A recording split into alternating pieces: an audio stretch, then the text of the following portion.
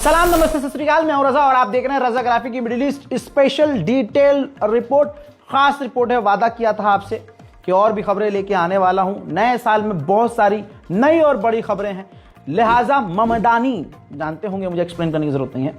ममदानी ने मेयर की शपथ ले ली और शपथ लेते ही, अब बिल्कुल शुरू से चल रहा हूं, जब उन्होंने शपथ ली तो बवाल इसलिए हुआ क्योंकि उन्होंने कुरान पर हाथ रखकर शपथ ली। अमेरिका में मेयर का जो उन्होंने शपथ लिया है, अमेरिका में लिया उन्होंने, न्यूयॉर्क में, लेकिन चूतड़ों में आग भारत में लगी है बहुत सारे लोगों के। मतलब अगर उनको दिक्कत यह है कि ममदानी ने कुरान पर हाथ रख के क्यों शपथ ली। अरे जिसमें जिसकी आस्था होगी भाई, वो कुरान की कसम झूठी नहीं खाता ना मुसलमान, तो कुरान पर हाथ रख के कसम खाएगा। नहीं तो ये चाह रहे थे कि गीता या बाइबल पर रख के, वहां का जो संविधान है उस पर हाथ रख के कसम खाए। हजरात, वही दोगले लोग जब उनकी तारीफ करते हैं जो गीता पर हाथ रख के कसम खाता है, तो उनको अपना दोगलापन नजर नहीं आता है। बहरहाल गोबर की क्या बात करनी।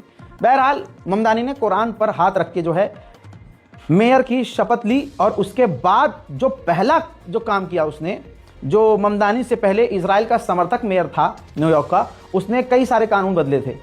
उसमें एक कानून ये था कि जो भी कंपनियां इजराइल की हैं या इजराइल के समर्थक वाली हैं, उनका बाइकआउट नहीं किया जा सकता। जो बाइकआउट चल रहा है अमेरिका में, तो इसका डर जागा, तो उसने सोचा जाते जाते मैं कानून बना जाता हूं कि भाई कोई भी इजराइल की कंपनियों का बाइकआउट नहीं करेगा। पहला कानून बनाया। और एक और कानून बनाया था उसने जाते जाते मेयर ने, जो पहला वाला मेयर था, कि जो भी इजराइल का विरोध करेगा माना जाएगा कि ये यहूदियों का विरोध है। भाई ममदानी जैसे ही कुर्सी पर बैठे, उन्होंने उन दोनों कानूनों को उड़ा दिया, खत्म कर दिया, तुरंत के तुरंत खत्म कर दिया। उसके बाद उन्होंने बवाल मचाया, एकदम धर्राटे काट दिए जब उन्होंने फिलिस्तीन का समर्थन किया। खुल्लम खुल्ला उन्होंने कहा कि आज से जो फिलिस्तीनी न्यूयॉर्क में रहते हैं उनको डरने की जरूरत नहीं है और उनको न्यूयॉर्क छोड़ के जाने की जरूरत नहीं। कोई उनसे नहीं कहेगा कि तुम न्यूयॉर्क से, अमेरिका से बाहर निकल जाओ, हम उनके साथ हैं। साथ ही भारत के जेल के अंदर बंद उमर खालिद, उनके बारे में भी उन्होंने आवाज उठाई, कई सारी बातें उन्होंने की।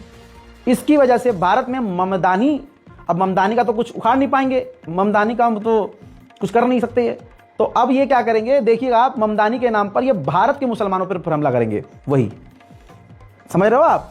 अब मामला ये है कि एक और संगठन था बीडीएस, जो इजराइल के खिलाफ ऑर्गेनाइजेशन थी, संस्था थी, उसको बैन कर दिया था पहले वाले मेयर ने, तो उस पर से भी ममदानी ने पाबंदी हटा दी है। इसके बाद इजराइल को तो आग लगनी थी। इजराइल के अखबारों ने तुरंत लिखना शुरू कर दिया और इजराइल की सरकार ममदानी पर बुरी तरह से भड़क गई है कि इन्होंने पहला ही दिन जो काम किया है एज अ मेयर, उन्होंने इजराइल के खिलाफ अपनी नफरत दिखाना शुरू कर दी है। मैं जब अरब के मुसलमानों को कुछ कहता हूं, उनको झकझोड़ता हूं, तो बहुत सारे भारत में बैठे मुल्ला जी हैं, बुरा लग जाता होगा उनको, बहुत गरियाते हैं मुझे, कह रहा है ये तो ईरान का चमचा है।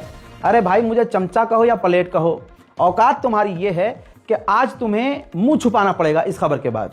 जॉर्डन अरब है ना, जॉर्डन की गवर्नमेंट ने, अल्लाह अकबर, मैं ये खबर पढ़ूंगा, मैंने कभी सोचा नहीं था, जॉर्डन के गवर्नमेंट ने जॉर्डन के इमामों को बैन कर दिया है कि जो भी जॉर्डन का इमाम है वो अबू उबैदा का नमाज जनाजा नहीं पढ़ा सकता।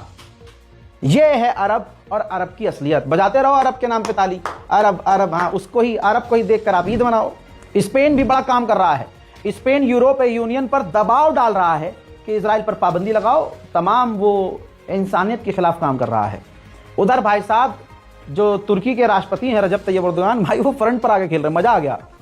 हालांकि इस आदमी का मैं समर्थक नहीं हूं, लेकिन जहां बात सही करेगा मेरा पूरा सपोर्ट है। अब जो तुर्की के राष्ट्रपति रजब तैयब एर्दोगान हैं, उन्होंने जो इजराइल के प्रधानमंत्री नेतन्याहू है उनको फिरौन घोषित कर दिया। देखिए, özellikle de Netanyahu denilen bu firavunun yaptıkları yanına kar kalmayacak. Çünkü 7'den 70'e çok mazlumun ahını aldı. Bu yavruların ahı onun yanına kar kalmaz.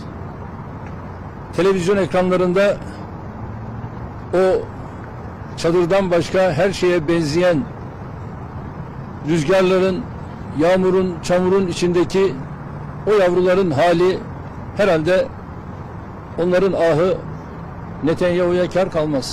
हजरात बहुत सारी उन्होंने बातें कही। नेतन्याहू फिरौन है, जो इजराइल ने किया है वो भूला नहीं जाएगा, उसकी सजा उसे ज़रूर मिलेगी। हम गाज़ा और फ़िलिस्तीन के लिए जो कर सकते हैं हम कर रहे हैं, हम वहाँ मदद भेज रहे हैं, आगे मदद भेजते रहेंगे, फ़िलिस्तीनियों का साथ देते रहेंगे।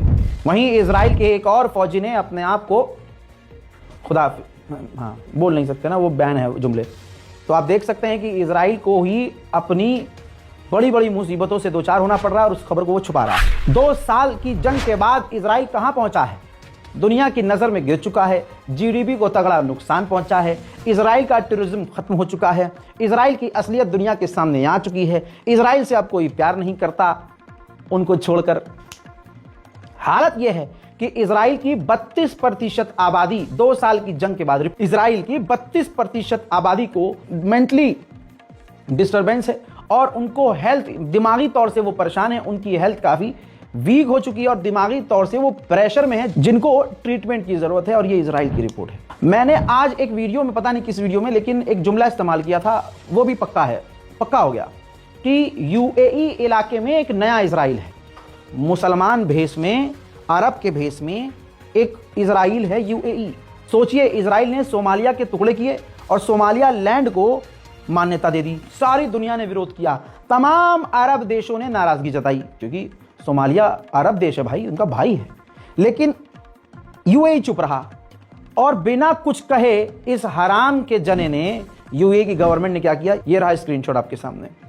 यूएई ने चुपके से सोमालिया लैंड को मान्यता दे दी है। अब वो सोमालिया लैंड के लोगों का पासपोर्ट एक्सेप्ट कर रहा है। यह है यूएई की असलियत। खबर अब कंफर्म हो गई है, सोमालिया लैंड का जो राष्ट्रपति बना है वो इसी महीने जो है इजराइल आने वाला है और अब्राहम अकॉर्ड में शामिल हो जाएगा। सोमालिया लैंड के लोग सोच रहे हैं कि हम तो आज़ाद हो गए, उनको नहीं पता कि वो, समझ लीजिए कि कुएं से निकले हैं तो खाई में गए हैं।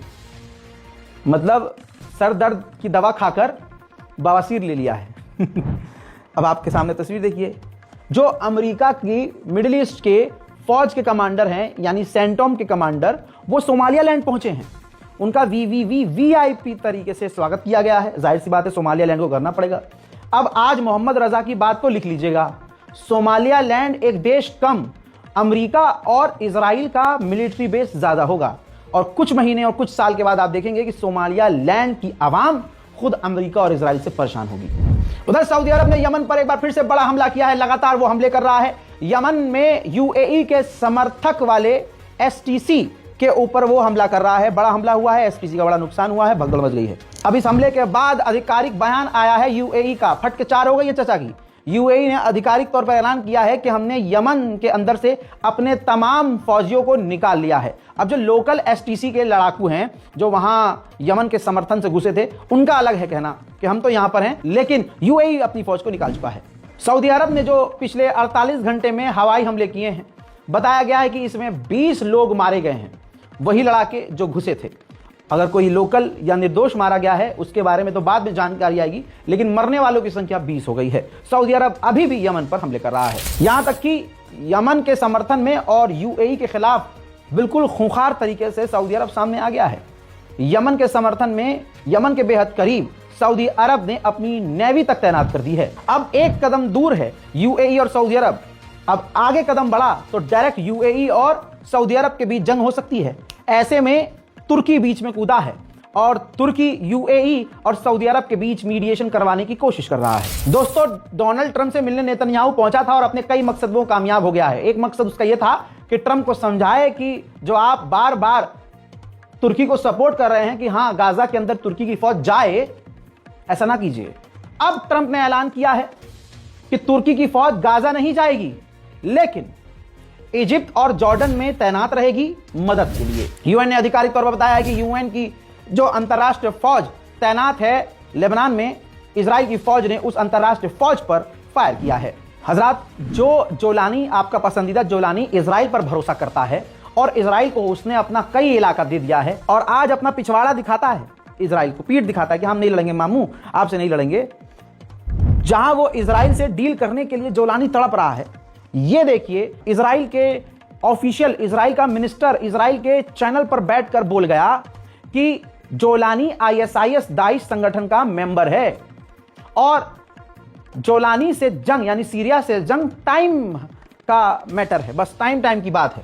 आज नहीं तो कल उससे झड़प होगी। ईरान पर हमले की संभावनाएं बढ़ गई हैं, जैसा मैं पहले वीडियोस में दिखा चुका हूं। ईरान पर हमला करने का इशारा डोनाल्ड ट्रंप साफ कर चुके हैं। अब यूएन को दूसरी बार लेटर लिखा है यूएन ने, और लिखित में उनको जानकारी दी और कहा है कि अगर अमेरिका ने हम पर हमला किया तो हमें डिफेंस, सेल्फ डिफेंस करने का अधिकार है, जवाबी कार्रवाई हम करेंगे।